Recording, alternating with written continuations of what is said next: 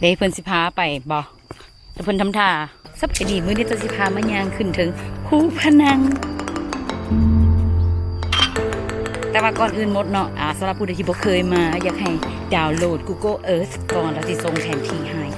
โพสต์นี้ก็สิลงตั้งแต่เริ่มย่างละสำหรับผู้ใดที่สิมาเนาะแนะนำให้ใส่ส่งขายาวใส่แขนยาวได้แห่งดีเนาะเพราะซั่นสิเป็นแบบนี้เนาะเด้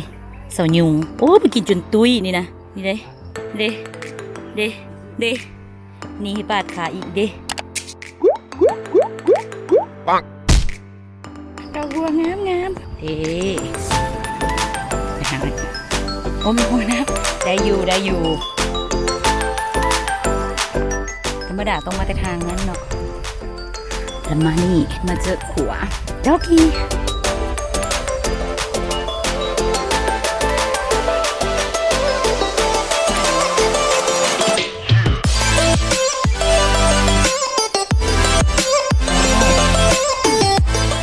ว้าวฮัลโหล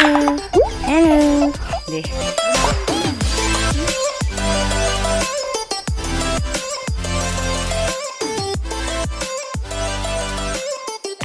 คนหนาวจนแตก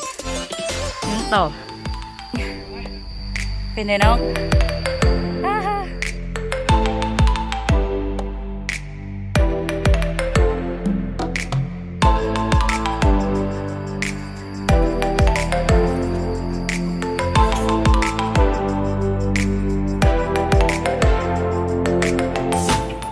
ผจญภัยเด้ยังมาฮอนี่ 90% แล้วเพิ่นสิมีน้ำ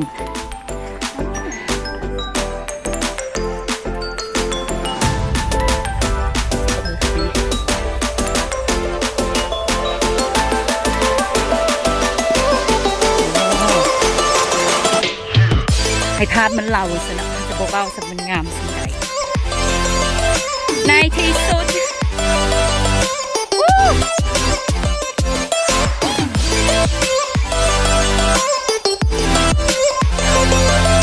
ไปได้เช้าเมื่อยบอไม่เมื่อยแล้วลืมละว่าเมื่อยจังไหนขึ้นมาเนาะ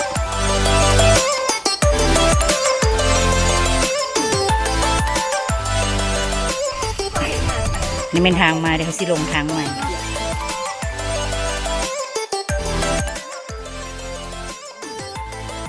ไปได้นะได้อยู่บ่ไอ้ตอนได้แต่ว่าไหนมันขุ่นละลายแล้วก็ผักวันได้แต่ก็ต้องได้ไปคือกัน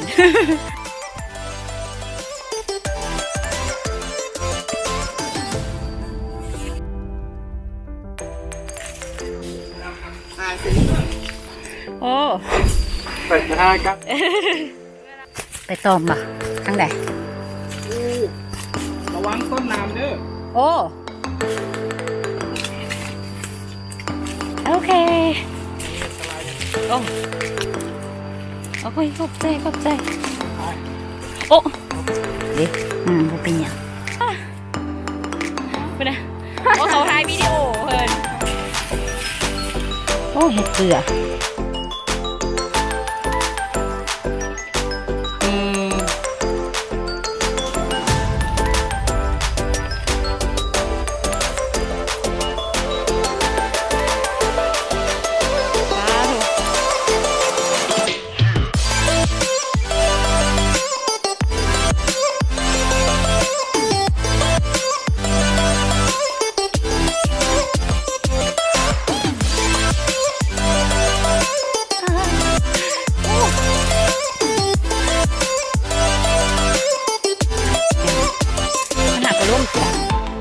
โควิด